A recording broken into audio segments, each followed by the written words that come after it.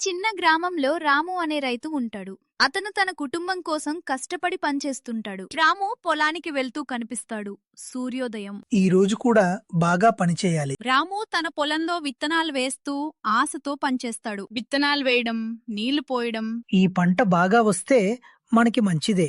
రాము భార్య, పిల్లలు అతనికి మద్దతుగా ఉంటారు. కుటుంబం కలిసి భోజనం. నీ కష్టం వృధా కాదు. నాన్న, నేను కూడా సహాయం చేస్తాను. రోజులు గడుస్తున్నా వర్షం పడదు. పంట ఎండిపోతుంది. పొలం ఎండిపోవడం.